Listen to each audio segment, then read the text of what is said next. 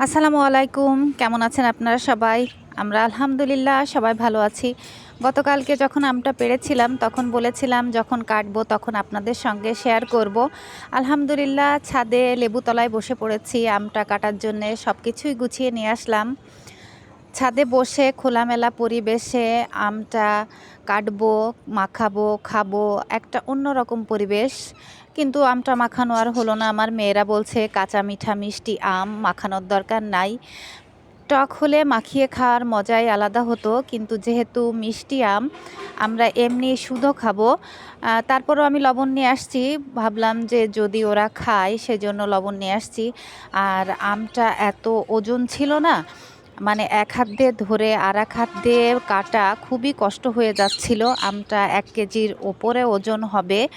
আমি তো ভাবছিলাম যে আমার হাতটায় কি কেটে যায়, মানে এত শক্ত আমটা পুরু একদম। একটা আমে 1 কেজির ওপরে হওয়া মানে 4-5 জনের বেশি খাওয়া যাবে। দেখেন আমটা কেটেছি, এক থালা আম হয়েছে। ছাদে বসে আমটা খাওয়ার মজাই অন্যরকম হয়ে গেল, আসলে দ্বিগুণ হয়ে গেল আমটার যে টেস্ট। ছাদের পরিবেশটা আমটার টেস্ট আরও দ্বিগুণ করে দিল একদম।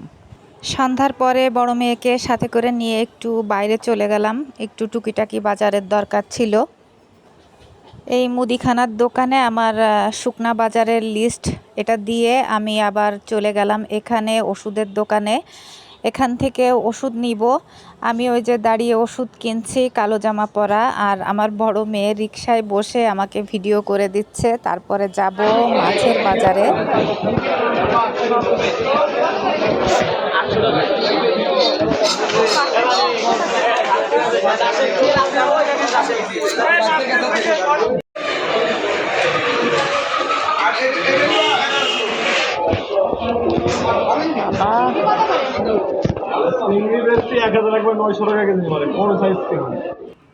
মাছের বাজারটা শেষ করে চলে আসলাম সেই মুদিখানার দোকানে যেখানে আমার বাজারের লিস্ট দিয়ে গিয়েছিলাম।